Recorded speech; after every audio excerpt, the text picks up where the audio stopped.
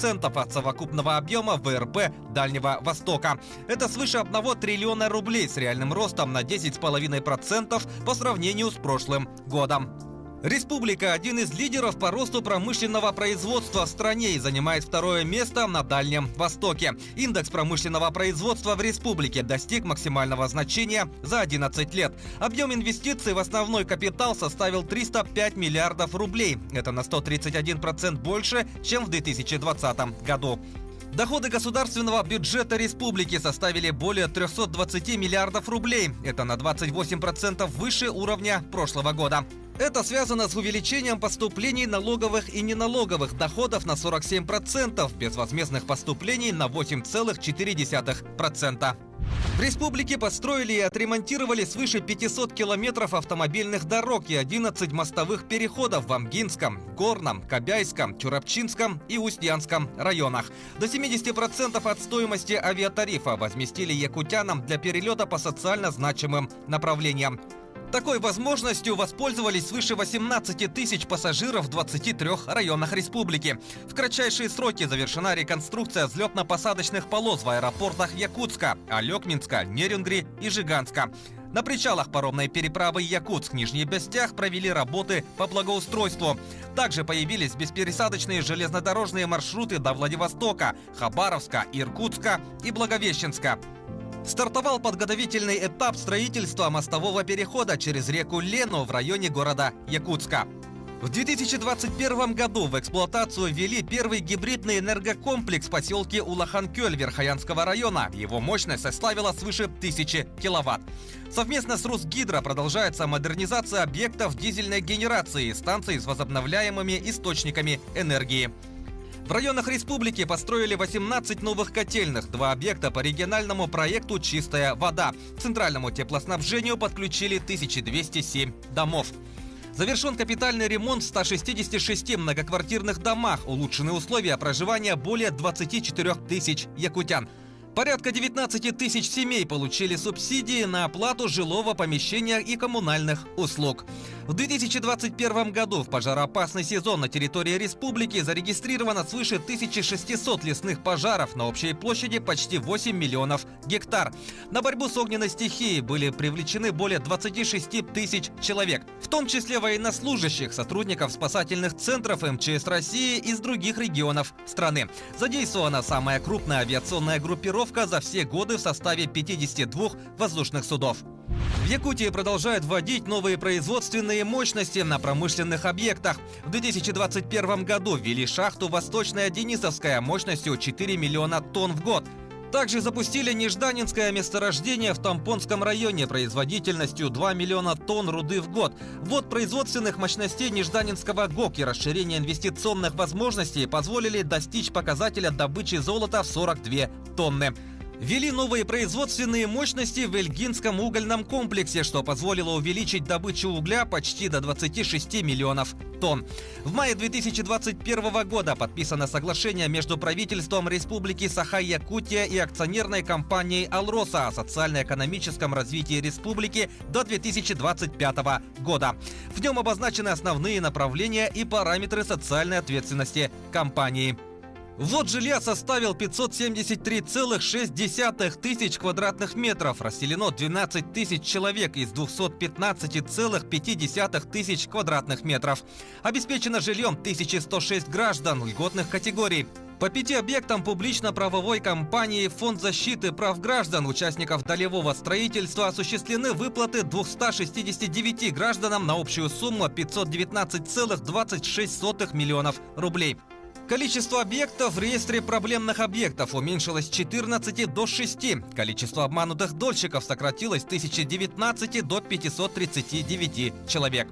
Привлечены инфраструктурные бюджетные кредиты в размере 4,1 миллиарда рублей на обеспечение инженерной и социальной инфраструктурой жилищного строительства. За прошлый год в службу занятости обратились порядка 41 тысячи человек, из которых 19 тысяч уже трудоустроено, в том числе на постоянные рабочие места. 39 тысяч безработных граждан республики получили социальные выплаты. Валовая продукция сельского хозяйства Якутии оценивается в свыше чем 26 миллиардов рублей. Отмечается рост поголовья сельхозживотных. Заготовлено 385 тысяч тонн сена. Дополнительно из резервного фонда правительства России выделена поддержка на завоз кормов из других регионов. 38 начинающих фермеров получили гранты «Агростартап». Создано 45 новых рабочих мест. 14 сельскохозяйственных потребительских кооперативов получили субсидии на строительство и модернизацию коровников. 19 семейных ферм получили гранты. Хозяйствам, пострадавшим от лесных пожаров, выделено 30 миллионов рублей на строительство 10 конебаз. Численность занятых в сфере малого и среднего предпринимательства в Якутии выросла на 20 тысяч человек. Республика остается лидером Дальнего Востока по уровню защищенности потребителей. Создано 4 дополнительных окна центра «Мой бизнес». Туристский поток в республике за 2021 год оценивается 115 тысяч человек. Созданы торгово-логистические центры в Обыйском и Устьянском районах. В Булунском районе дан старт федеральному проекту «Чистая Арктика». Утверждена концепция устойчивого развития коренных малочисленных народов Севера Республики на период до 2035 года. На федеральном уровне поддержан республиканский проект «Дети Арктики». В 2021 году в республике открыли 10 новых объектов здравоохранения, завершили капитальный ремонт 10 поликлиник и 3 районных больниц. Для медучреждений приобрели 18 единиц автотранспорта, в том числе 18 автомашин скорой помощи, 14 передвижных мобильных медицинских комплексов для проведения диспансеризации в отдаленных населенных пунктах. На модернизацию первичного звена здравоохранения из федерального бюджета привлечено 2 миллиарда 400 миллионов рублей. Продолжается реализация программ «Земский доктор» и «Земский фельдшер», по которым на работу в арктические районы привлекли 28 врачей и 10 фельдшеров. За последние 3 года объем средств, предусмотренных на поддержку семей с детьми, увеличился в 4 раза и составил 14,5 миллиардов рублей. Свыше 3000 семей получили меры поддержки при рождении или усыновлении первого ребенка. Региональным материнским капиталом на второго ребенка распорядились почти 1500 семей. На третьего ребенка или последующих детей также предоставлены ежемесячные денежные выплаты. Их получили почти 12 тысяч семей республики. За год в Якутии ввели 10 новых школ на 1320 мест, также 13 садов на 1710 мест, свыше 500 ясельных мест. В 2022-2023 годах при участии госкорпорации Web.рф привлечено 4 миллиарда рублей на строительство 9 школ на 3000 мест в городе Якутске и пригородах. Республика вошла в общероссийскую программу капитального ремонта школ. В ближайшие годы на ремонт более чем 58 республиканских школ выделяется почти 3 миллиарда рублей. В районах республики продолжается строительство объектов культуры и спорта. Так, за 2021 год построили 7 таких объектов. Создано 11 муниципальных модельных библиотек. 9 детских школ искусств оснастили музыкальными инструментами и новым оборудованием. Завершено строительство 9 спортивных объектов. Всего за 2021 год якутские спортсмены завоевали в различных соревнованиях 92 медали. 97% государственных и муниципальных услуг в Якутии переведены в электронный формат. Построено около 3000 километров волоконно-оптических линий связи. К ним подключено 70 населенных пунктов в 18 районах республики. К сети интернет подключено свыше 1300 социально значимых объектов.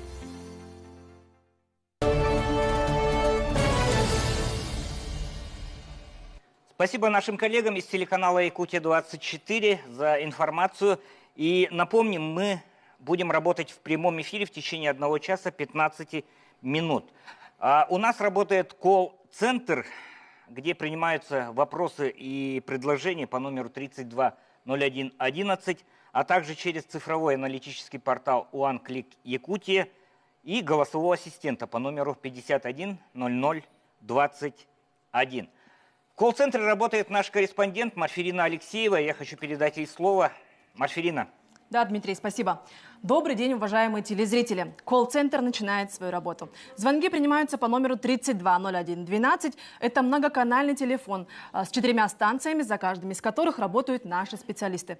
Вопросы принимаются на 2 языках, на русском и на якутском. Наиболее актуальные вопросы будут озвучены в прямом эфире. Наши редакторы перезвонят вам, будьте готовы озвучить волнующие вас вопросы. Ну а я буду время от времени подключаться и вещать о том, сколько вопросов поступило и на какие темы.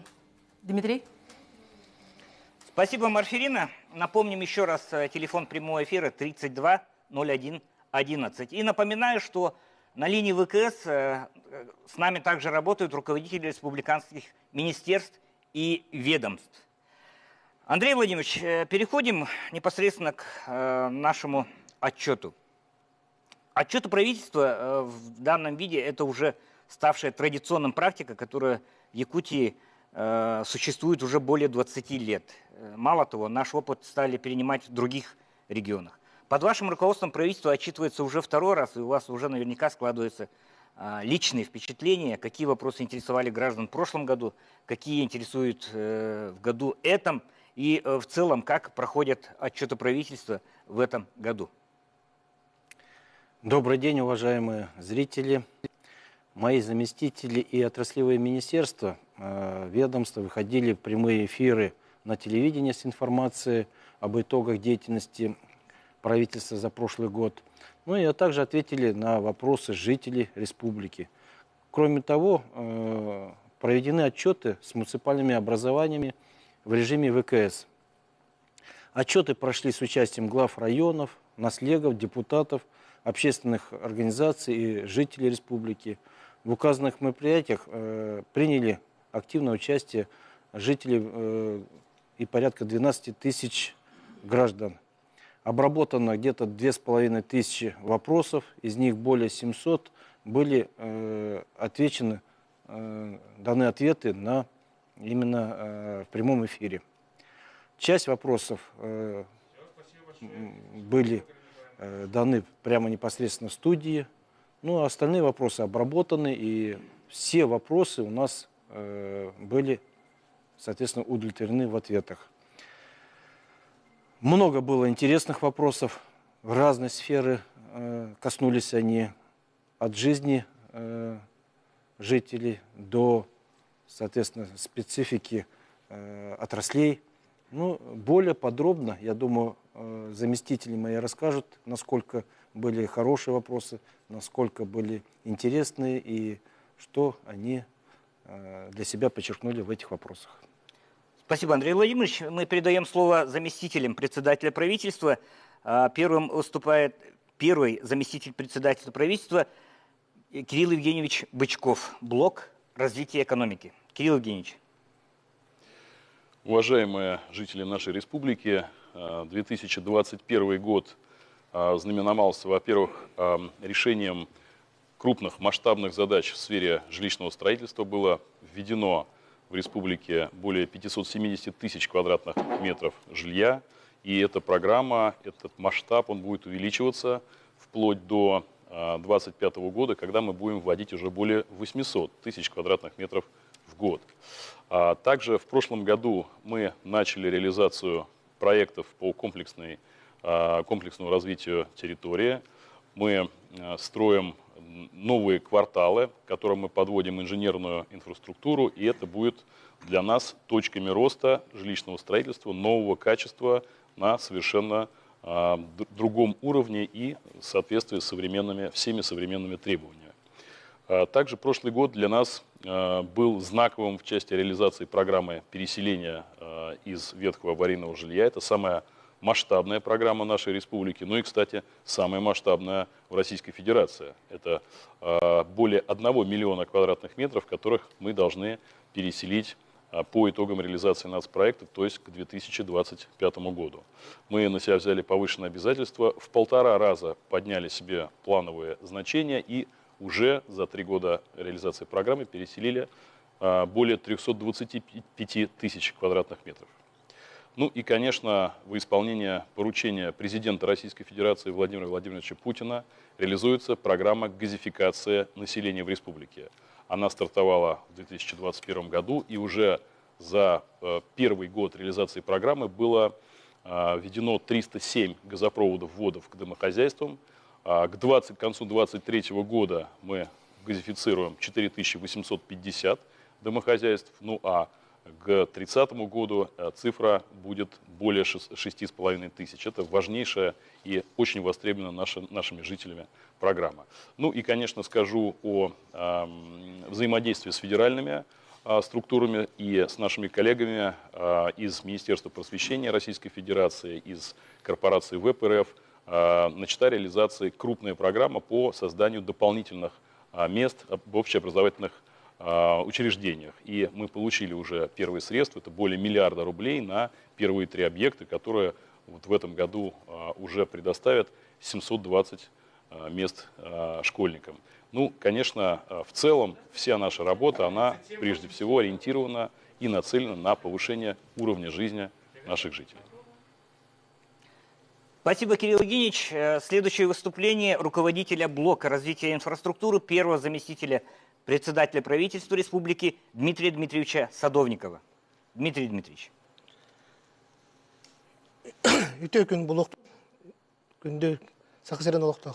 Добрый день, уважаемые жители Республики Саха. Блок, который я курирую, действительно, прошедший год был сложным.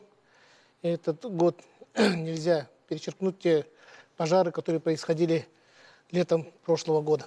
И здесь по поручению президента Российской Федерации была развернута большая сила, где работали лесопожарные структуры с 19 регионов, структуры Министерства обороны и, безусловно, Министерства чрезвычайных ситуаций. Мы, по нашим подсчетам, на тушение лесных пожаров участвовало 26 тысяч человек.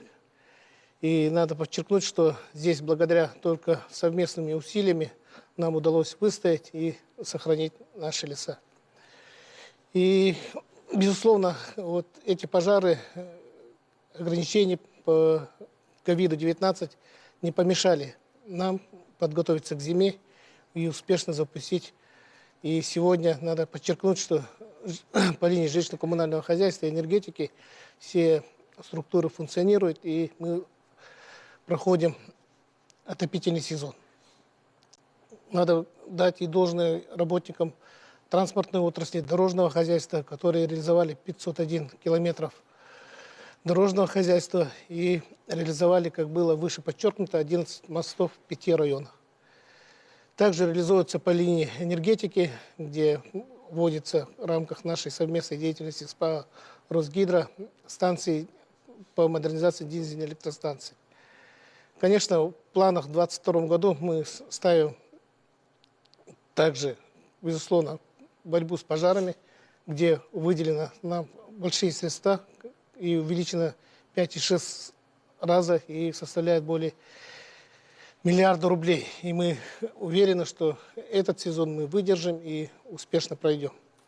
В части паводковой ситуации здесь тоже мы готовимся, и здесь надо подчеркнуть, что мы будем работать и совместно с муниципальным образованием проводить учения, и ждем также проверку с федерального центра. Безусловно, одним из приоритетных задач это ставится задача по уменьшению техногенных пожаров. Здесь мы проводим также совместно с нашими структурами Главного управления МЧС Республики Саха-Якутия, совместно с муниципальным образованием, чтобы у нас таких бед было меньше. И, конечно, вот в части логистики мы будем работать по реализации также более 500 километров строительства и реконструкции дорожного хозяйства. По линии энергетики еще хочу подчеркнуть, что мы работаем по выравниванию тарифа, и это один из приоритетных задач нашего правительства и нашего блока. И, конечно, хочу сказать, что только совместными усилиями мы можем здесь сказать, что те работы, которых я подчеркнул, это пожароопасный сезон, функционирование жилищно-коммунального хозяйства и энергетики, можно реализовать только совместными усилиями. Спасибо. Спасибо, Дмитрий Дмитриевич. И передаем слово первому заместителю председателя правительства Дмитрию Викторовичу Бердникову. Блок организации и сопровождения работ проектирования и строительства мостового перехода через реку Лена. Добрый день, уважаемые жители республики. Действительно, за прошедший год мы приступили к активной фазе исполнения и реализации проекта строительства мостового перехода через реку Лена в районе города Якутск. Это действительно большой проект, разбитый на 2 этапа. По первому подготовительному этапу в прошлом году было получено положительное заключение главгосэкспертизы, и мы приступили к выполнению целого комплекса работ, связанного с подготовкой технологических площадок. Это более 40 тысяч кубов отсыпанной территории, это подача основного энергопитания, укладка почти 300 плит, это вынос электросетей по линии 10 киловольт. И сейчас ведется большая работа по выносу и организации новых опор линии 110 киловольт по левому берегу, а также в следующем месяце мы приступаем уже к работам по правому берегу. Кроме того, планируется работа по выносу сетей газоснабжения. Эти работы будут осуществлены в апреле месяце. И будет продолжаться работа, а задача стоит в первом квартале нынешнего года уже зайти в главгосэкспертизу с основным этапом. Хочу напомнить всем, что это на сегодняшний день очень важный элемент работы, который нам позволит в том числе и получить федеральное финансирование, приступить, как и поставлена была задача главой республики Александром Сергеевичем Николаевым, к основному этапу работ по строительству моста. Все работы идут согласно графика, и я уверен, что мы реализуем этот проект. Спасибо большое. Слово передается Сергею Васильевичу Местникову, заместителю председателя правительства. Блок развития человеческого потенциала.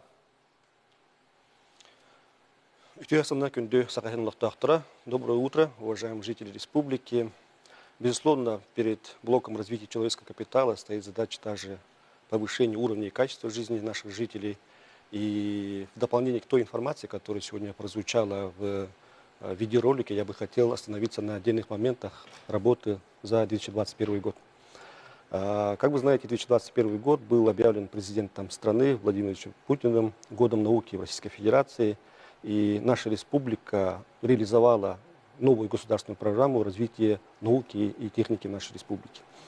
И благодаря этой программе мы начали второй этап комплексных научных исследований. Мы участвовали в российском конкурсе лучших проектов научно-образовательных центров и получили грант. Сам глава республики презентовал данный проект в правительстве Российской Федерации, и наш проект признан лучшим. Кроме того, мы провели мероприятия по поддержке молодых ученых и по реализации других направлений в сфере науки. Почему я акцентирую внимание на развитии науки? Как вы знаете, в стратегии развития республики наука определена как отраслевой ресурс, на который должны опираться все остальные отрасли, и дальнейшее развитие экономики нашей и социальной сферы нашей республики должна опираться на научную сферу. Кроме того, я бы хотел остановиться также на развитии креативной экономики в нашей республике. Как вы знаете, глава республики уделяет большое внимание этому направлению. Он обозначил перед правительством республики задачу о том, чтобы экономика республики должна основываться не только на добыче и продаже полезных природных ископаемых, не только на добыче алмазов, золота, нефти, газа, но и на развитии несырьевого сектора экономики. И работа правительства, соответственно, была уделена в прошлом году, в том числе на развитие этой отрасли. Мы приступили к созданию большой площадки креативных индустрий, которая называется «Квартал труда». И планируется завершение этой площадки уже в первом полугодии текущего года, в котором будут созданы места для всех, которые желают развивать свой талант, свой потенциал в сфере креативных технологий. Это и анимация, это и кино, это и изобразительное искусство, это и художественное искусство, это и народные художественные промыслы.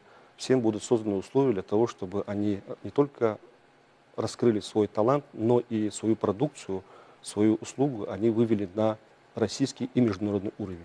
В этом и заключается суть работы по развитию креативной индустрии, чтобы был хороший маркетинг и развитие нашей экономики на основе развития несырьевого сектора экономики. Ну, мы также в прошлом году полностью выполнили свои задачи по реализации наших национальных проектов в сфере образования, культуры, в сфере цифровой экономики. Ну и также исполнили все качественные и количественные индикаторы государственных программ в этом направлении. Мы в текущем году, в 2022 году, также будем уделять достаточно большое внимание по достижению таких целей и задач. Спасибо. Слово Ольге Валерьевне Балабкиной, заместителю председателя правительства. блок социального развития. Доброе утро, уважаемые жители Республики Саха-Якутия. В центре внимания правительства республики в 2021 году, безусловно, оставалось и остается социальное самочувствие и благополучие граждан нашей республики, каждого жителя, живущего здесь на территории нашей родной Якутии. И, конечно же, необходимо начать наш отчет сегодня с тех демографических показателей, которые были достигнуты в 2021 году. Первым демографическим показателем является рождаемость. Благодаря тем мерам государственной политики по демографии, которые проводит глава Республики Саха-Якутия Айсен Сергеевич Николаев, реализует правительство и парламент республики как высшие органы государственной власти, нам удалось на настоящий момент сохранить и, соответственно, обеспечить рождаемость таким образом, что мы сохраняем лидирующие позиции на Дальнем Востоке. В 2021 году родилось 12 309 новых якутян. И, конечно же, мы понимаем прекрасно, что их рождение накладывает на нас свои определенные обязательства, как по обеспечению их дальнейшего, обеспечению их хорошей медицинской качественной помощью, образованием и затем в последующем трудоустройством. В сфере всех этих вопросов безусловное значение имеет и социальный блок. Сегодня, несмотря на те вызовы, которые перед нами еще ставит мир, связанный как с пандемией, так и с угрозами иного характера и внешнего характера, социальный блок должен сохранять стабильность. И это основная задача, которая сегодня стоит перед всеми нашими учреждениями, перед всеми работниками и перед правительством республики в этом вопросе в том числе. Поэтому от себя лично я бы хотела поблагодарить всех работников, работающих у нас на территории республики, каждого жителя, в том числе работающего в социальной сфере, а также и всех членов правительства, которые активно участвовали в реализации целей, направленных на социальное благополучие граждан республики. Отойдя от статистических данных, хотела бы обратить внимание на то, что сегодня мерилом, безусловно, нашей деятельности является качество удовлетворения граждан социальных услуг, которые оказываются на территории республики. С этого года мы начали фундаментальную работу, направленную на выявление совместно с Агентством стратегических инициатив жизненных ситуаций, которые конкретно влияют на качество жизни отдельно взятого гражданина. И в этих вопросах у нас уже тоже есть свои победы. Так республика продолжает и будет, я думаю, иметь лидирующие позиции по таким показателям, как информированность населения о социальных услугах, по таким показателям, как достаточно короткое время ожидания медицинского работника и хорошие услуги по беременности и родам для наших мамочек.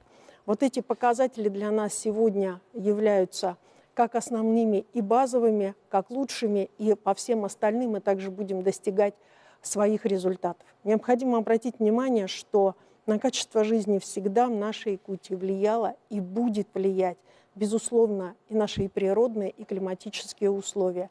И поэтому, конечно же, те условия, ту организацию, которую мы сегодня проводим, связанную с цифровизацией, в том числе социальной сферы, сферы здравоохранения, она дает свои результаты. 97% получателей социальных услуг у нас перешли практически уже на электронное получение самой услуги как таковой. И уже сегодня для учреждений социальной сферы Министерства труда нет никаких вопросов в проактивном режиме определить и обозначить непосредственно выдачу того или иного пособия, и, соответственно, граждане ее получают. С этого года, благодаря решениям, принятым правительством республики, в республике реализуется электронная социальная карта. Что дает социальная карта? Ну, во-первых, это первый в стране электронный статус того или иного гражданина с точки зрения получения социальных услуг. Благодаря социальной карте определяется статус многодетной мамы, либо одинокой мамы, либо же непосредственно ветерана труда. И кроме того, благодаря этой карте можно получать и все льготы, которые есть у этих граждан, четко, понятно, в проактивном режиме, без посещения учреждений социальной сферы. В области мировой юстиции необходимо обратить внимание на то, что с этого года реализован проект, по которому сегодня мы только это начали, возможно, еще достаточно мало населения об этом знает, но тем не менее уже на настоящий момент мы говорим о том, что можно подавать заявления в мировые суды благодаря, посредством интернета. Поэтому обращаем ваше внимание на те позиции, которые сегодня именно с точки зрения социальной сферы влияют на качество жизни наших людей. Необходимо обратить внимание, что благодаря коллегам из правительства, которые занимаются строительством, образованием, мы получаем объекты новые. В этом году мы получили достаточно большое количество объектов, связанных с медициной, как в районах республики, так и в городе Якутске. Во многом модернизировали нашу сеть и сделали более доступной ряд медицинских услуг. Дальше продолжаем работать по программам земского доктора и земского фельдшера. Необходимо сказать и обратить на это особое внимание. Нельзя не сказать о том, что этот год у нас прошел под эгидой Года здоровья. И, соответственно, войдя по указу главы Республики Саха-Якутия в десятилетие здоровья, мы заложили основу для того, чтобы мы думали не только о здоровье человека обычном, но и о здоровье психологическом. В 2021 году в республике была принята первая в стране программа психологического здоровья населения. Я думаю, это позволило, и эта программа, и подготовленность нашего населения позволила сегодня в ряды волонтеров-добровольцев привести очень большое количество населения, которое по своему убеждению, по своей внутренней культуре, по своему психологическому самочувствию четко понимало, что пережить правительству в этом году те сложности, которые были как с ковидом, так и с пожаром, помог только тот менталитет, который есть только у нас в Якутии. И пережили мы его благодаря, и живем дальше только благодаря нашим жителям. Передаем слово Михаилу Викторовичу Никифорову, руководителю блока развития территорий, заместителю председателя правительства.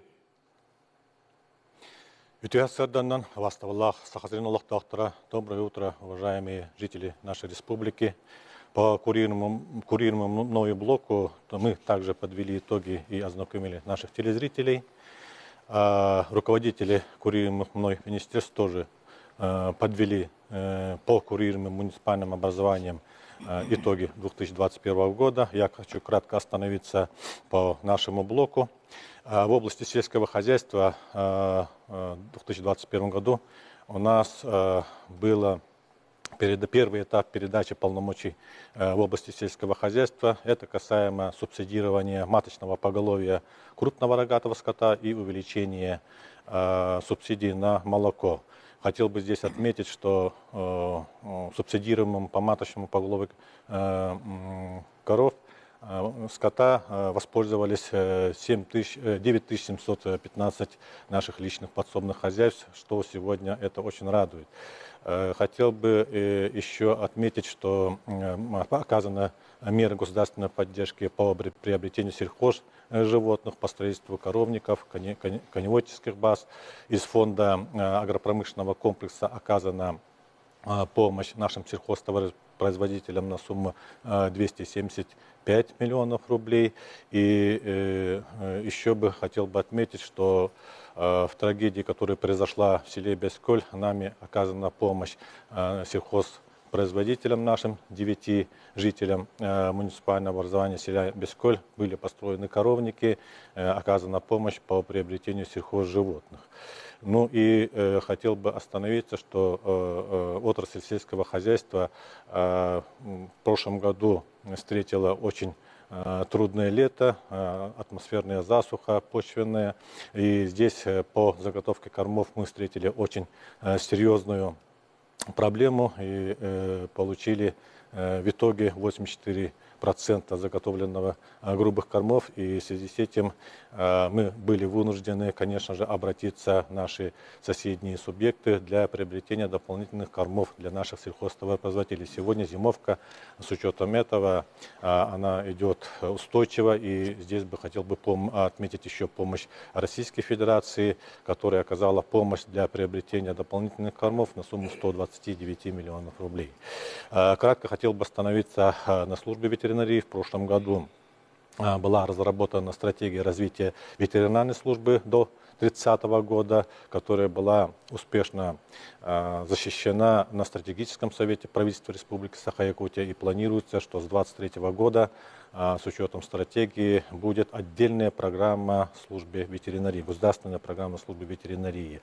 И сегодня одним из актуальных вопросов является федеральный закон 498 об ответственном обращении домашних животных. И в этом направлении тоже ведется планомерная работа совместно и с Государственным собранием Илтумен, и значит, с другими субъектами. И наши инициативы и наши пожелания, они были направлены в Государственную Думу Российской Федерации.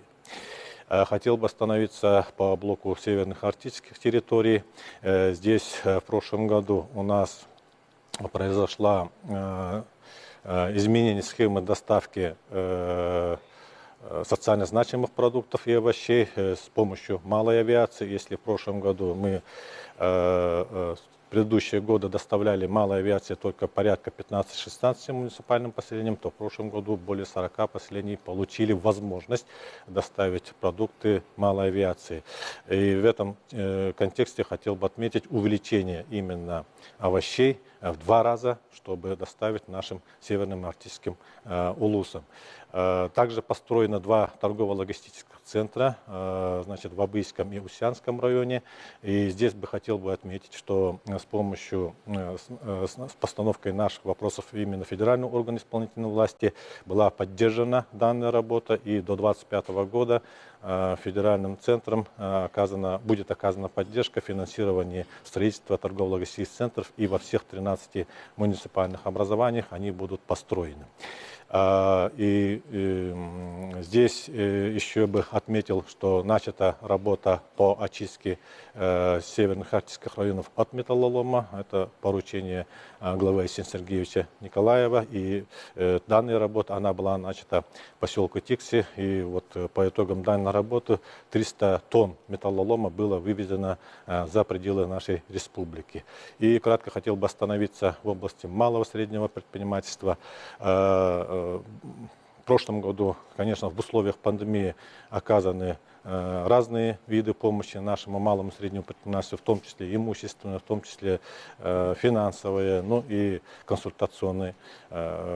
Хотел бы здесь поблагодарить наших предпринимателей, и с учетом того, что сложилась серьезная ситуация с пандемией, они не бросили свой бизнес, а наоборот стараются увеличить свою доходность. И здесь мы достигли таких показателей, что в сфере занятых в этом направлении у нас численность занятых в мире именно в сфере малого и среднего предпринимательства достигла 117 тысяч предпринимателей, значит, и самозанятых, что составляет наши планы больше на 16,2%.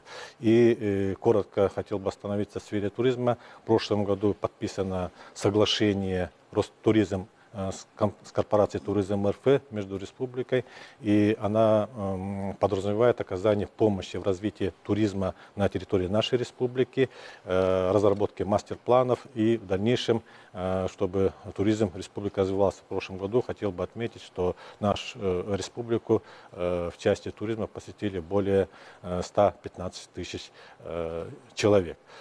Спасибо. Спасибо большое. Первая половина нашего эфира прошла. Мы послушали выступление председателя правительства, его заместителей. И хотелось бы обратиться к корреспонденту, который работает в нашем колл-центре. Какие вопросы волнуют якутян? Какие вопросы? Вот небольшая статистика предварительная по поступающим вопросам. Марферина? Да, Дмитрий, спасибо. Вопросы поступают со всей республики. За время прямого эфира примерно поступило 40 вопросов. Если проанализировать содержание вопросов, то можно сделать вывод, что якутян больше всего волнует и больше всего вопросов поступает в сфере образования, сельского хозяйства, переселения с ветхого и аварийного жилья, а также оказания государственных и муниципальных услуг. Ну а сейчас мы приступаем вводить самые актуальнейшие вопросы в студию прямого эфира. Дмитрий, спасибо. Я напоминаю, что телефон прямого эфира 320111. И прежде чем приступить к вопросам из колл-центра, хотел бы воспользоваться им правом ведущего. В прошлом году были организованы новые формы доставки продовольствия и товаров в арктические и труднодоступные районы республики, в том числе и уникальные методы. Да? Все эти меры позволили добиться главного – снижения цен в арктических районах. Как работа по завозу будет проводиться в этом году? В этом году, используя уже опыт прошлого года, мы еще хотим улучшить систему качества продуктов, расширить корзину продуктов, ну и, соответственно, использовать уже более современные новые методы по доставке этих продуктов. Соответственно, мы уже сегодня заранее, еще, как говорят, в 2021 году сделали определенные контракты. Сегодня эти контракты у нас исполнены на февраль месяц. У нас уже есть запасы, которые мы уже начинаем вести и уже начинаем выполнять схему завоза. Соответственно, мы сегодня договорились с Росрезервом, который нам помогает, и мы уже получили контракты с Росрезерва по многим видам продуктов, которые уже изымаем и везем на территорию арктических улусов. То есть завоз у нас обеспечен будет в полной программе, расширенным ассортиментом. И я скажу более того, что мы сегодня даже уже выходим на такие позиции, как ранний картофель, свежие овощи, ну то есть свежая капуста, морковь, свекла. Все это нужно, чтобы люди жили и развивались. Поэтому эту задачу глава нам поставил, мы ее выполняем. И такого вот, чтобы что-то нам помешало, нет. Спасибо. Давайте мы начнем принимать вопросы, которые поступают в наш колл-центр. И готов первый вопрос. Говорите, вы в эфире. Здравствуйте. Добрый день. Добрый день. Здравствуйте. Здравствуйте, слушаю. Да, вы можете задать свой вопрос. Ага. У меня вопрос. Я житель города Якутска. Меня зовут Людмила Анатольевна Антипьева, мне 62 года. И у меня вопрос такого характера. В связи вот с недавними событиями, связанными с Украиной, меня беспокоит то, что сейчас будут сюда прибывать люди с Украины. И как-то вот для них подготовлены места для карантина, либо проверяются у них ПЦР-тесты. То есть вот это связано с заболеваниями, то, что вот в республике все-таки уже как бы достигнут иммунитет основной. Сейчас вновь прибывшие люди, их как-то будут проверять. Меня вот это беспокоит. QR-коды, может быть, у них какие-то есть. То есть в любом случае их, наверное, надо будет проверять. Ведется Понятно. эта работа или нет? Понятно. Спасибо большое за ваш звонок, Андрей Владимирович. Спасибо за вопрос. Вопрос тоже очень интересный, правильный, потому что все сегодня волнуются, как это все происходит, система, как. Поэтому вот я хотел бы Ольге Валерьевне передать слово. Да. Ольга Валерьевна. Да, конечно. Спасибо действительно за вопрос. Сегодня, наверное, нужно дать общую информацию в республике, так же, как и во всех субъектах Российской Федерации. Распоряжением высших должностных лиц созданы штабы, соответствующий штаб по прибывающим беженцам из непосредственно названных вами регионов, непосредственно созданы у нас в республике. Мы на настоящий момент совместно определились с теми местами предварительного размещения и, соответственно, сегодня решаем вопрос по, прежде всего, в случае, если прибытие к нам будет осуществлено, вопрос, связанных с трудоустройством тех, кто к нам приедет. На настоящий момент 3 города, вообще 3 района республики будут задействованы в работе с беженцами. Это город Якутск, Мирнинский и Нерюнгринские районы. Центральные районные больницы в полном объеме готовы, как с точки зрения наличия вакцины, так и с точки зрения соответствующих тестов и возможности медицинского освидетельствования тех лиц, которые к нам прибудут. С точки зрения Нерюнгри это будет базовой точкой, а будет на Нерюнгринской базе, в Нерюнгринской центральной больнице соответствующее обследование осуществляться. Спасибо, Ольга Валерьевна. Следующий звонок, который поступил в наш колл-центр. Он в студии. Говорите. Здравствуйте. Здравствуйте. Алло, Дорабаларо. Здравствуйте. Бу таста чишмагаттан ветеран Чутал Васильева Анна Егоровна Эриеби. Бигин нейле тылынайы правительство чотугар квартальный кочолный тутутун онна чахына игаллары колбур трасса вопросун турастабы. Ити вопрос кайдак бахара солжатien ыйтабы, онна хүддаган бары олоктактар эрене даугуя кетехебет бахы балары. Андрей Владимирович, Татинский улус заботит, Чечемах конкретно село, да, заботит строительство котельной и подключение частных домовладельцев к системе централизованного отопления. Понятно. Ну, вопрос, как всегда, он такой очень важный, потому что у нас одна из задач в действительности сегодня дать услугу в дома, как и газ, как тепло, воду и все остальное. Я думаю, Дмитрий Дмитриевич сейчас вот продолжит ответ на этот вопрос. Дмитрий Дмитриевич. Махтал Балахтон, вопрос котеген.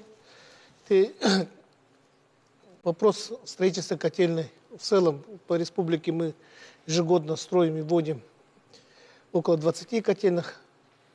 И вопрос строительства котельной в села Чечемах Татинского района действительно ставится ежегодно. И в этом году ставился. И надо сказать и обрадовать, да, жителей данного села, то, что этот вопрос уже сдвинулся с мертвой точки. И в этом году он будет реализован.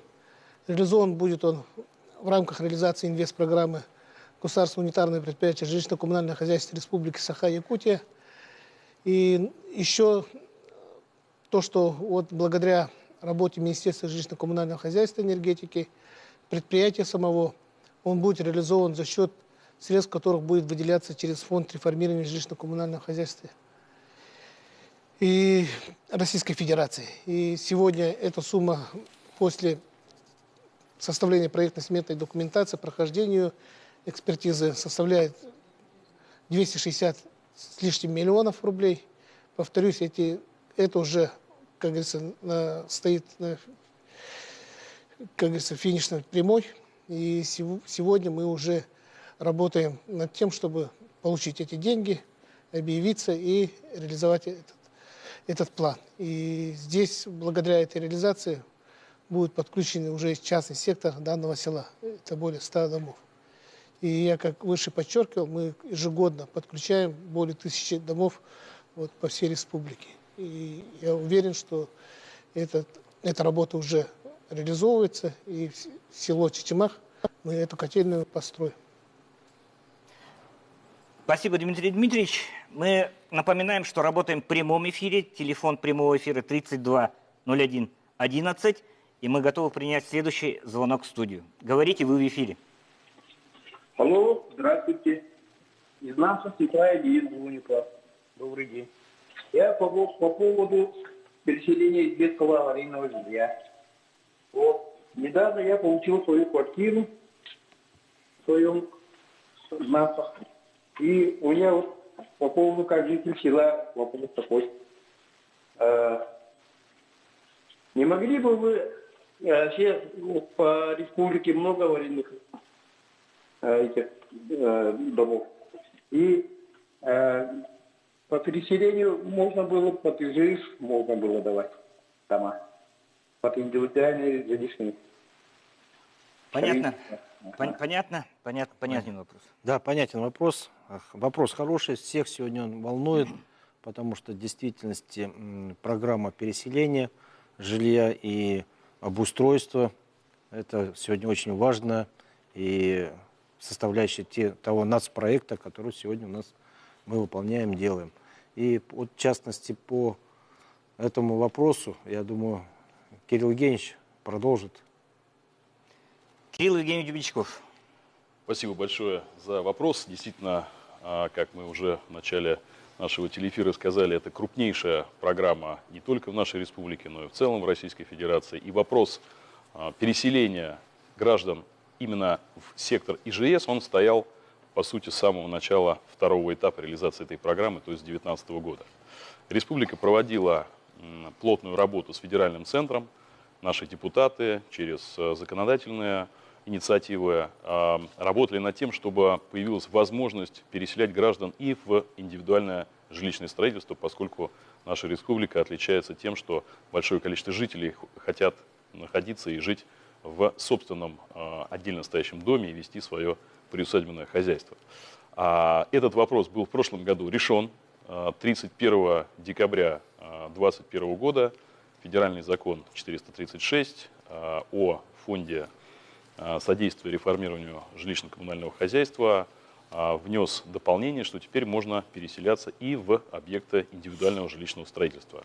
В настоящее время Министерство строительства и ЖКХ Российской Федерации принимает порядок к этому закону, как это будет происходить, и в этом году уже эта норма заработает. В дополнение могу сказать, что мы к этому уже подготовились, и мы первые проекты комплексной застройки ИЖС в прошлом году запустили. Вот у нас такой один объект уже и в Якутске строится, в переулке Базовый.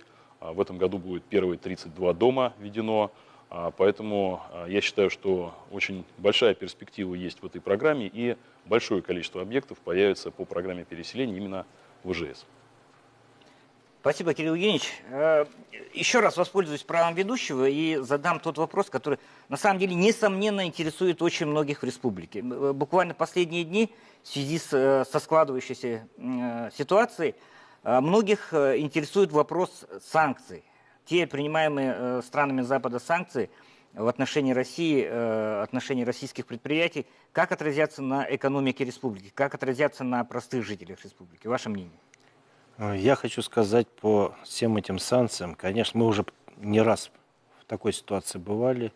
Да, она, может быть, там немножко усилилась, но сегодня экономика диктует многие реальности, которые есть в мире. Поэтому, грубо говоря, по продовольствию у нас никаких сегодня опасений нету. Мы сделали хорошие запасы. Запасы сюда нам... То есть мы регулируем этот процесс поставки этих запасов, смотрим. То есть ажиотаж, который там по продуктам питания бывает, он у нас сегодня не пугает, потому что запасы мы хорошие сделали. И гречка, и рис, и мука, и картофель, и лук. Ну, то есть все есть у нас сегодня в избытке. Если что-то кому-то не хватает, кто-то хочет использовать средства, докупить там, быстрее рубли свои поменять и так далее. Но я не вижу этой необходимости вообще, потому что мы пополняем, постоянно пополняем. У нас сегодня огромная система создана складов, которая постепенно перемещается с Новосибирска, там, с Краснодара. И мы сюда везем свои склады и постепенно все распределяем и даем. В части промышленности, доходной части, поверьте мне, сегодня спрос на алмазы не только в Америке. В Америке живет там маленькая часть, которая использует эти алмазы, там темнокожие, к примеру, они любят вот это все делать. То большая часть сегодня используется и Востоком. А у нас центр деловой активности, он переместился из Голландии, переместился на восток. То есть Стамбул сегодня стал, Индия. То есть вот эти все страны брали, берут и будут покупать. Поэтому где-то, может быть, что-то компенсируется на другое. Я не вижу здесь такого особого стресса, который сегодня позволит нам как-то напрягаться. Поэтому мы доходную часть сегодня с учетом этого тоже пересчитываем. Мы реально тоже подходим к каждой тематике и смотрим. Вот мы, глава республики дал нам, чтобы мы в течение 10 дней посмотрели риски, которые сегодня могут быть в экономике. Это мы делаем, просчитываем всю промышленность и, соответственно, корректируем бюджет. Спасибо. На самом деле полезно получить от председателя правительства исчерпывающий комментарий по поводу текущей ситуации. Поход за гречкой, скажем так, отменим. Мы продолжаем работать с нашим колл-центром. Звонок в студию. Говорите. Здравствуйте. Здравствуйте. Меня зовут Миргуяна, я из Якутска. У меня такой вопрос про поддержку якутского языка. Сейчас молодое поколение мало говорит на якутском языке.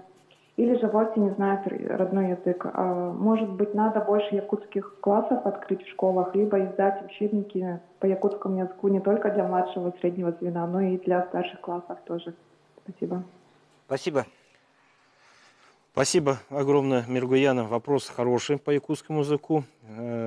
Задача у нас стоит в действительности глобальная и четко поставленная головой, чтобы мы все сегодня восстанавливали и, соответственно, все программы обучения и возможности делали участие наших всех языковых преференций в части дачи языка жителям республики. И, соответственно, многие, я знаю, городские, промышленных районах просто не изучали его. Сегодня желающих его получить много. Поэтому я думаю, вот Сергей Васильевич продолжит меня, какие программы у нас существуют и как мы это делаем. Сергей Васильевич Мясников, пожалуйста.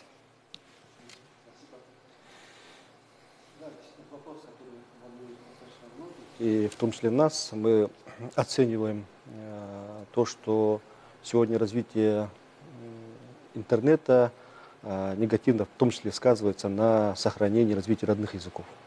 Но тем не менее, мы, оценив все риски, которые сегодня присутствуют, в прошлом году приступили к реализации новой государственной программы сохранения и развития родных языков. И прежде всего, эта программа в прошлом году была направлена на создание, издание учебников по родным языкам. По якутскому языку и литературе, по языкам коренных малочисленных народов Севера и Сибири, Север. И, соответственно, мы в текущем году ставим новые приоритеты. И эти приоритеты, прежде всего, определены в выступлении главы республики ко дню родного языка письменности. Это, прежде всего, научно обоснованный подход к изучению и сохранению и развитию языков. Второе – это продолжение издания учебников. Мы ставим задачу, чтобы в ближайшие 2 года, в текущем и 2023 году, ликвидировать такое понятие, как дефицит учебников по родным языкам. И сегодня такой план уже составлен, и мы в рамках госпрограммы развития образования и госпрограммы сохранения и развития языков обеспечим издание учебников по родным языкам. Третье – это цифровые технологии.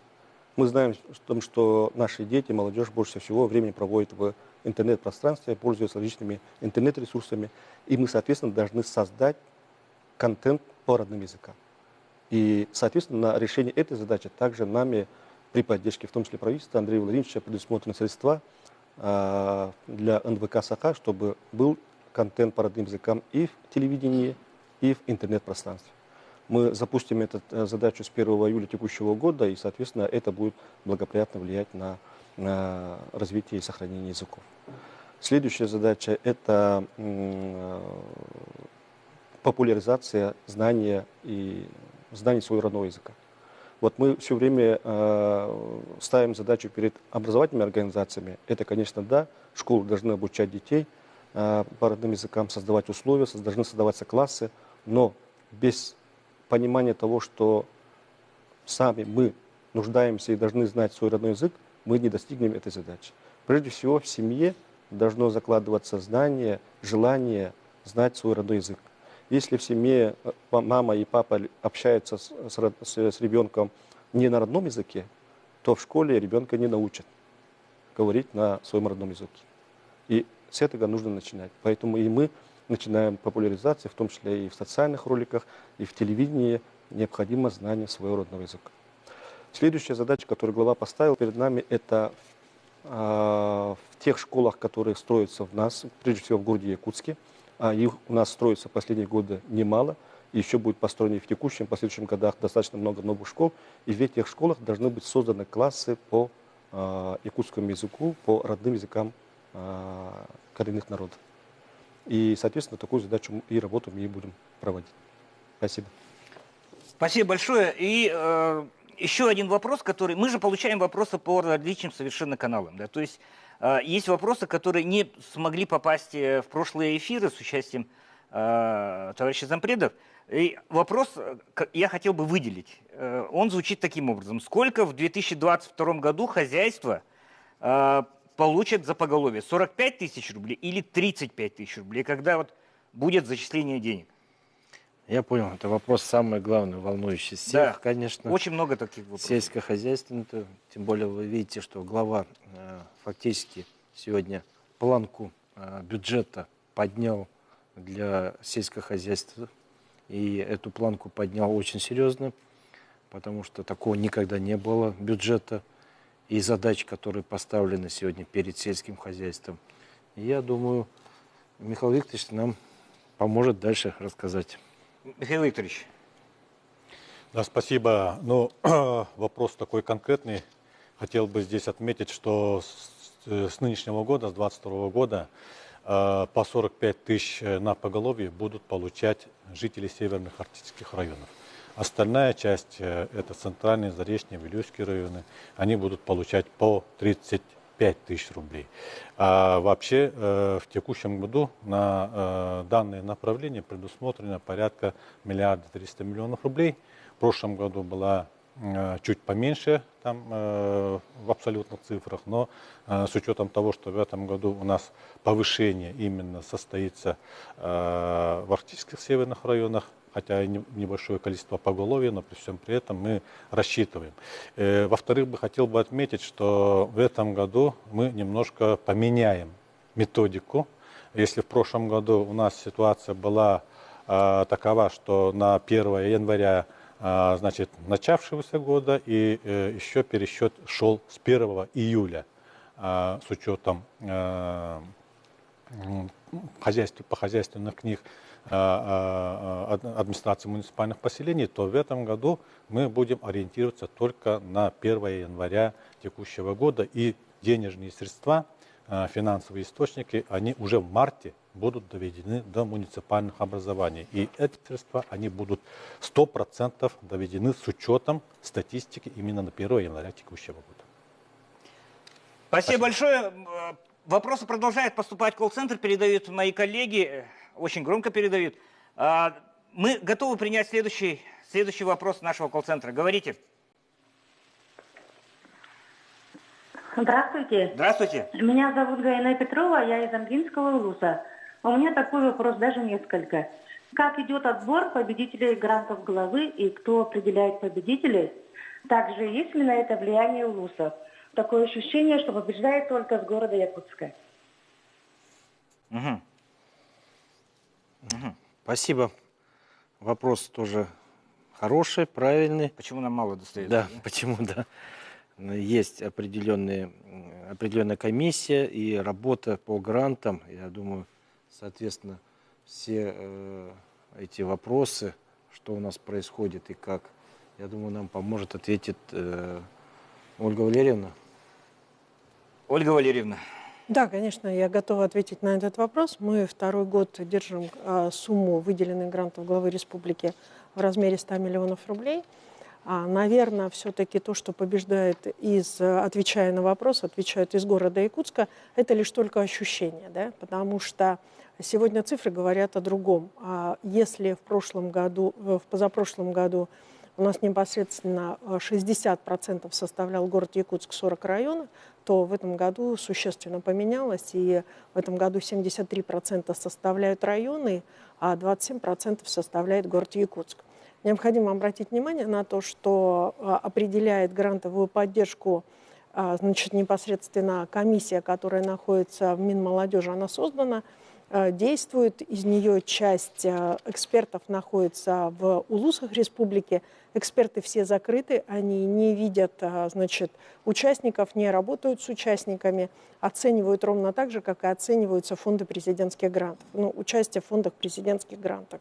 Необходимо обратить внимание, что у нас самым сильным вообще ресурсным центром является ресурсный центр в Горном Улусе.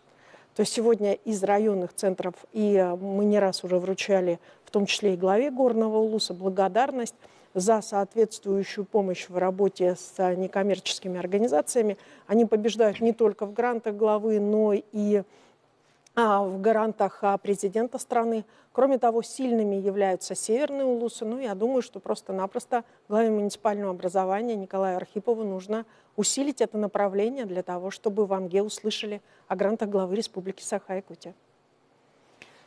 Спасибо большое. Следующий вопрос из нашего колл-центра. Говорите, здравствуйте.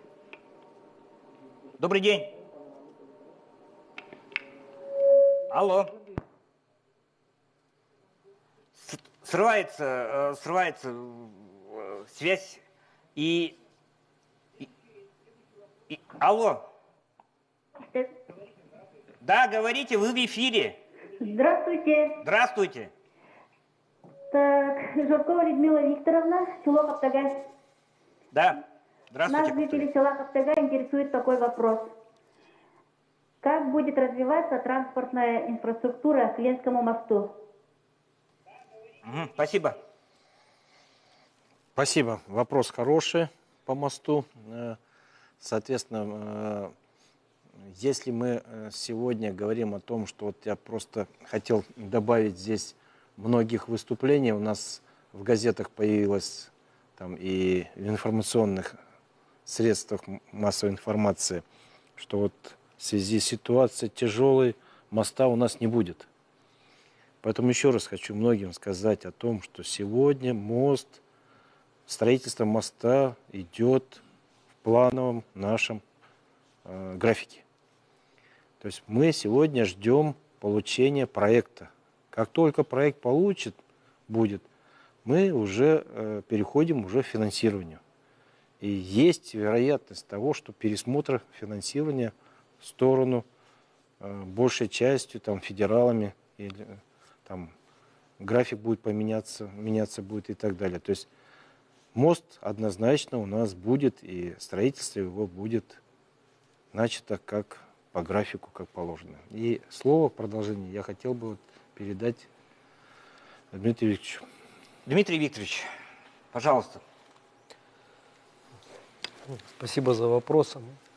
Что касается правого берега, это, коль скоро вопрос от жителей Каптагая поступил там, у нас будет предусмотрен проектом, утвержден и согласован с Федеральным дорожным агентством простой перекресток Т-образный, который позволит регулировать движение.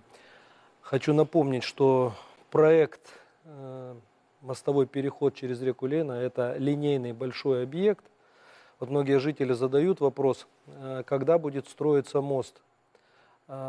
Мост, само искусственное сооружение через Лену, это 3 километра, 3,1 километр, это так называемый трехпилонный мост, который входит в решение вопроса по второму этапу.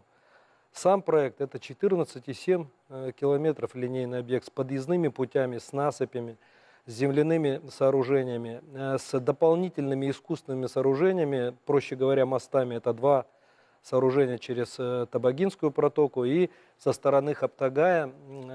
Кстати, это по просьбе жителей, еще в прошлом году неоднократно встречаясь с жителями, получая запросы и передавая их в проектные институты, в Государственный гидрологический институт, который был привлечен к исследованиям по проектированию моста, было принято решение сделать еще одно искусственное сооружение со стороны Каптагая, чтобы убрать глухую насыпь через пойму, тем самым упростить в весеннем половодье движение льдин, чтобы дать возможность не загружать и не перегружать с гидрологической точки зрения пойму реки, возможность перемещаться скоту, людям.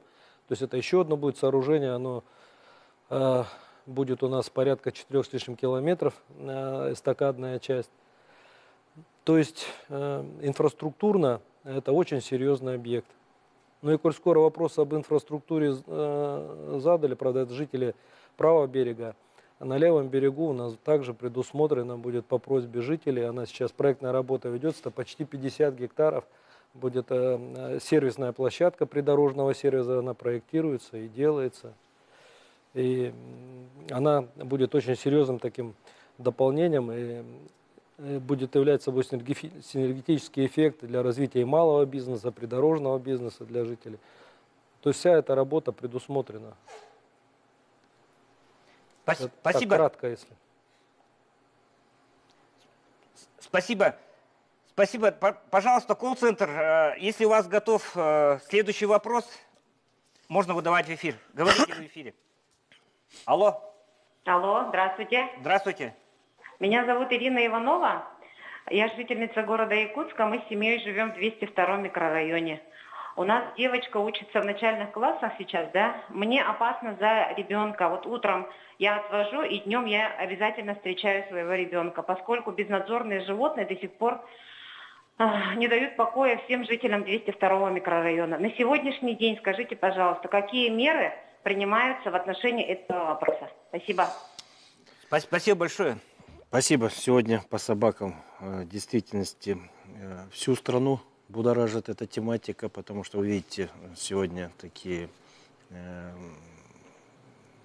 ситуации, когда собаки нападают на людей. И глава республики, конечно, поставил задачу решить эту проблему, найти ее решение и дать возможности разрешения этого вопроса. Поэтому мы в бюджете, соответственно, деньги предусмотрели. То есть обязательно будет являться полная информация об этих всех животных, то есть полностью чипирование животных. И, соответственно, кто нарушает, кто выкидывает этих животных, соответственно, будет нести затраты на их содержание. Более подробно Михаил Викторович скажет. Михаил Викторович, пожалуйста. Да, спасибо.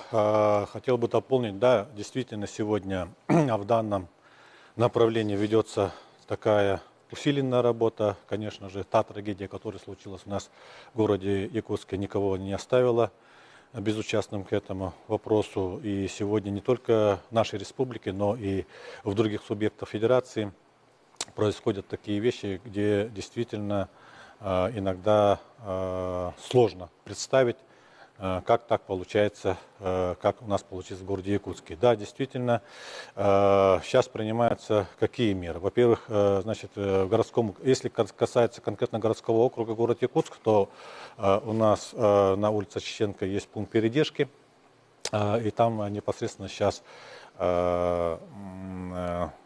находятся отловленные наши домашние и безнадзорные животные. Более там уже 1000 сейчас поголовье составляет.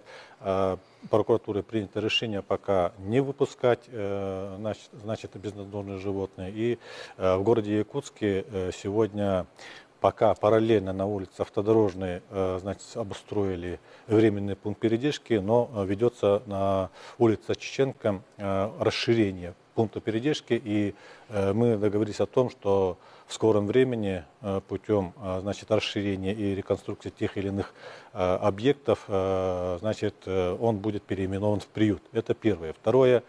Департаментом ветеринарии Республики Саха-Якутия с учетом того, что сегодня нет правовой базы на уровне на федеральном уровне, приняты меры по разработке методики. И, значит, данные методики, у нас сегодня 2 приказа Департамента ветеринарии в части определения количества безнадзорных животных на определенной территории и в части агрессивности животных, они приняты приказами, зарегистрированы и сегодня направлены для использования в работе в адрес муниципальных образований. Второе, значит, буквально вот 3-4 числа на сессии Государственного собрания ИЛТУМИН будет рассматриваться вопрос о внесении изменений в Кодекс административных правонарушений по части именно об ответственности хозяев за безнадзорными животными в части увеличения штрафных и так далее санкций. То есть будут приниматься решения административными комиссиями муниципальных образований вот на нерадивых хозяев. Ну, надеемся, что парламент данный законопроект в части внесения изменений примет. И сегодня разрабатывается еще вопрос в части нормативно-правового акта правительства в части внесения изменений именно об обязательном об обязательной регистрации и содержании домашних животных. Ну, здесь пока проект разрабатывается, но хотел бы здесь отметить, что на федеральном уровне значит, председателем Государственной Думы значит, поручено организовать рабочую группу во главе с тем же Бурматовым, автором значит, закона 498. Значит, и вот в этой рабочей группе уже в первом заседании рабочей группы участвовали наши представители в лице главы городского округа Евгения Николаевича Григорьева, в лице значит, депутата от нашей республики в Государственную Думу Галины Никитиевны Данчиковой. И, значит, свои предложения тоже вносят. И со стороны нашего парламента тоже будут внесены предложения в адрес данной рабочей группы. И хотел бы отметить, что вот Андрей Владимирович сказал, что будут предусмотрены средства в части строительства приютов, но не в части конкретно строительства, а софинансирование строительства муниципальных приютов. И если у нас Государственное собрание уже вот примет бюджет, и мы готовы софинансировать строительство муниципальных приютов, значит, в муниципальных образованиях. Спасибо. Спасибо, Михаил Викторович. Совершенно по различным каналам. Очень плохая связь, говорят, с Зырянки. Несколько раз сорвался, но человек задает конкретный вопрос. И, вернее, не вопрос, он решил воспользоваться ситуацией, взять быка за рога и попросить помочь в трудоустройстве. Есть контактные данные в трудоустройстве на угольный разрез. Как трактористам. Как можно вот этот вопрос? Я Цивка лично позвоню и попрошу, чтобы трудоустроили. Все, отлично. Отлично. Колл-центр, готов ли вопрос? Говорите вы в эфире. Здравствуйте. Здравствуйте. Здравствуйте, говорите. Меня зовут Попова Сардана. Да. Интересует такой вопрос. Когда завершится на проспекте Ленина? То есть автобусы когда будут ходить? Да? Ну, насущный тоже. Да, вопрос насущный, потому что многие мы тоже видим, что сегодня происходит в городе. Еще зима, а уже многие дороги перекрыты, и фактически не проехать, не пройти. Поэтому, я думаю, Дмитрий Дмитриевич расскажет нам, что с проспектом Ленина у нас происходит, и как долго у нас будет это там дорожное. Спасибо за вопрос. Действительно, та реконструкция проспекта Ленина приносит неудобства для жителей города Якутска. За это мы приносим извинения. Но он необходим. Какое состояние было проспекта Ленина, жители города Якутска и гости не понаслышке знают. И надо радоваться, что у нас эта работа по реконструкции начата, и оно пройдет 2 этапа. И мы в этом году самую главную часть будем реконструировать, и в 2023 году будем доводить до конца. И я думаю, что это у нас все по силам, у нас подрядчик определен, работы ведутся, и думаю, что все указанные сроки эту работу завершим. И тогда все маршруты войдут в свое русло, и будет транспортная схема будет работать по той схеме, которой она ранее работала. Спасибо, Дмитрий Дмитриевич. Коллеги, которые работают за эфирной аппаратной, уведомили, что продлевают немножко эфир, поскольку вопросов поступает очень много. Да? И я еще раз, наверное, в завершающий раз воспользуюсь своим правом ведущего. Поскольку вопрос предыдущий касался мероприятий, которые к 100-летию республики. Да? Многие, наверное, заметили, что у всех сегодня выступающих значок, символизирующий столетие образования Якутской АССР. Вот какие мероприятия запланированы? Наверное, я предугадаю, будет ли юбилейный ИСЭХ, наверное, да, Андрей Владимирович? Ну, я начну, а Сергей Васильевич, думаю, продолжит. Ну, знаете, сегодня в действительности вот мы на пороге праздника столетия республики. Вот я просто наблюдал, видел, как 100 лет отпраздновал Казань. Татарстан. То есть сегодня мы на пороге такого праздника, и многие так республики подходят к такому юбилею, и как они подходят, соответственно, какими достижениями, каким развитием республики, обеспечением и так далее. То есть это очень важно для каждого нас. Мы должны запомнить, историю помнить и, соответственно, показывать молодому поколению, молодежи, что мы сегодня развиваемся, живем и достигаем таких определенных результатов, которые позволяют заявляться и говорить, что республика сегодня составляющая, огромная составляющая общей страны Российской Федерации. Сергей Васильевич, пожалуйста. Сергей Васильевич. Да, действительно, Андрей Владимирович подчеркнул важность и значимость этого события для нашей республики. И учитывая как раз и значимость этого события, еще президентом страны Владимиром Путиным в 2014 году был подписан указ о праздновании этой даты. И с этого момента началась подготовительная работа. На федеральном уровне был утвержден план мероприятий. На республиканском уровне также сформирован оргкомитет и план мероприятий. И подготовительная работа она уже проведена и завершена. К этой дате мы ввели 100 социально значимых объектов. Мы реализовали 100 общественных инициатив. Проходит обучение 100 талантов в ведущих вузах страны и мира. И достаточно много других мероприятий, они уже реализованы. Что касается непосредственно самого юбилейного года, 2022 года, то нами сформирован достаточно комплексный масштабный план мероприятий, состоящий из более 200 мероприятий. И совсем скоро мы 27 апреля начнем открытие этого года. И в это мероприятие будут вовлечены все жители республики. И вот вопрос касательно проведения СЭХа. У нас планируется республиканский СЭХ Олонхо в Верхневирюзском районе, также СЭХ Туймады в городе Якутске.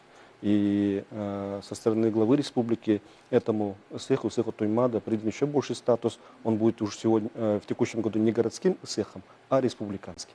И утвержден оргкомитет, который сегодня уже ведет подготовительную работу. Поэтому приглашаем всех жителей активно участвовать в реализации масштабных мероприятий. Уверен, что мы вместе реализуем данные задачи. Спасибо. Добро пожаловать на юбилейный республиканский СЭХ, подытожил заместитель председателя правительства Сергей Васильевич Местников. Мы готовы еще принять вопрос. Колл-центр, пожалуйста, говорите. Добрый день. Здравствуйте. Меня зовут Иван Андреевич. Я из Мегино-Кангаласского района. Здравствуйте. Вот такой вопрос у меня. Когда будет построена врачебная амбулатория в селе Хоробот Мегино-Кангаласского района? И какие будут объекты здравоохранения еще построены в ближайшее время в нашем районе? Спасибо. Спасибо. Спасибо. Ну, у нас существует целая программа по развитию здравоохранения, соответственно, и программа по социальным объектам, которые у нас, и в частности, по этому району, я думаю, Ольга Валерьевна подскажет, что когда будет сделано. Спасибо за вопрос в том числе, да, чтобы не сложилось мнение, что мы сидим и в течение вот всей программы на подготовленные вопросы отвечаем, да, а действительно как бы держать в голове все врачебные амбулатории или ФАПы, которые мы строим, практически невозможно, потому что в программе их 50 объектов. А на прошлой неделе мы рассматривали 3 улуса: Амгинский, Хангаласский и Мегино-Кангаласский, поэтому со всей ответственностью я очень четко могу доложить о том, что в этом году в Амгинском улусе мы врачебную амбулаторию в Абаге откроем в конце года, уже получим лицензию, все контракты заключены. Мы в этом году пересмотрели ряд позиций по Хангаласскому улусу, вот по 3 последним улусам. Что касается Мегино-Кангаласским, базовой позицией у нас является 23-й год, тогда, когда мы закончим там строительство, соответственно, и начнем строительство, в том числе это части больничного комплекса в самой Майе, это центральная районная больница. В планах у нас Нижний Бестях, но Хоробут, я думаю, что жители знают, участок подобран, точно так же в конце этого года мы его откроем. Кроме того, в программу у нас входит большое количество объектов модернизации как в Южной Якутии, так, в общем-то, и во всех остальных районах республики. Отдельно мы реализуем проекты по комплексному развитию села. Там есть заявленные, соответственно, проекты, которые мы открываем в этом году. Ну и по арктической зоне, по программе Арктики, по развитию Дальнего Востока. Спасибо, Ольга Валерьевна. Спасибо всем тем зрителям, которые смогли дозвониться в наш колл-центр, задать ваши вопросы. Я более чем уверен, что сотрудники аппарата правительства, они будут работать и с теми вопросами, которые не прозвучали. Вопросов, наверное, было огромное количество. Так ли это? Мы сейчас хотели бы попросить осведомить нас, нашего корреспондента в колл-центре, Марферину Алексееву. Марферина. Да, Дмитрий, действительно так. К нам за время всего эфира поступило более 100 вопросов, и вопросы продолжают поступать. Ну, если проанализировать, то больше всего вопросов, как якутян, как всегда, волнуют вопросы сельского хозяйства, переселения с аварийного и ветхого жилья, а также транспортной доступности. И хочу отметить еще раз вопросы так активно поступают, что действительно все зрители, дорогие, и телеведущие, зрители, и радиослушатели получат ответы на эти вопросы, и этим займутся уже сразу после прямого эфира. У меня на этом все, Дмитрий. Спасибо, Марферина, спасибо за работу. Спасибо колл-центру, что обеспечили нас необходимым количеством вопросов. Мы немножко перебрали даже, да, но я думаю, на пользу всем. Мы услышали и про юбилейный СЭХ, мы услышали про юбилейные мероприятия, про конкретику по цифрам за поголовье. Очень хороший эфир, по моему мнению, тоже как ведущего. Спасибо вам за участие. И в завершении нашего эфира хотел бы как интервьюер задать уже вопрос такой, который, может быть основой заключительной речи какой-то. Да? Основой развития нашей республики все-таки что является, Андрей Владимирович? Спасибо. Хороший такой философский вопрос основы развития нашей республики. Ну, мы, как все понимаем и знаем, что республика – это у нас аграрная. И фактически говорить о промышленности, то промышленность, где люди у нас работают, в большей части она связана с вывозом полезных ископаемых. Поэтому основу, чтобы содержать и развивать республику, важны нам внутри себя преобразования, то есть создание хорошего сельскохозяйственного комплекса в развитии этого дела. То есть мы должны сами себя научиться кормить, создавать продукты питания. Потому что вот большей частью, вот глава правильно говорит, сегодня мы обеспечиваем где-то от 26 до 50% себя. То есть это где больше там молока, где меньше там яиц и так далее. То есть, фактически это ненормально. То есть все привозится. А если привозится, соответственно, мы отсюда вывозим деньги. Поэтому, чтобы этого не было, и мы себя обеспечили, мы должны создать такой устойчивый агросектор. Создав такой агросектор, мы уже будем, соответственно, и расширяться, и увеличивать в масштабах, и экспорт делать, и так далее, и так далее. Потому что вот вроде бы хочется повезти что-то на экспорт, но вывезешь, цены тогда в республике увеличатся, потому что вроде бы мы первое место по конине занимаем, но мы не можем продавать сегодня, экспортировать мясо конины, потому что мы сами еще себя не обеспечили. Цены, посмотрите на рынке, как скачет. Цена на мясо высока и так далее. Молоко мы себя, вроде бы хорошая жирность и так далее, то есть развиваемся, начали делать сыры, начали другую продукцию, молочку выпускать. Но обеспеченность малая, плохая. Мы еще не научились с наплывом такого урожая разбираться, молока имеется в виду, в летний сезон.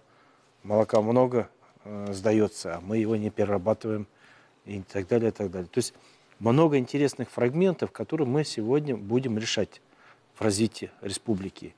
Но сектор агропромышленности – это самое главное. Зона особого внимания. Да. Спасибо огромное всем, прежде всего, Андрей Владимирович, вам, председателю правительства.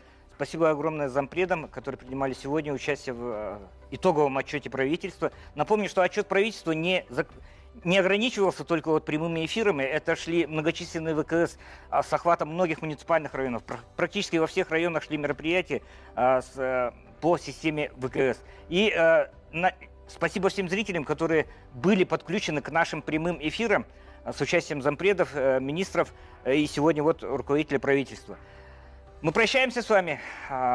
Дни непростые, но желаю всем якутянам юбилейный год от себя лично, выдержки, терпения и, конечно же, побольше радостных поводов для того, чтобы делать республику краше, лучше, устойчивее. Спасибо.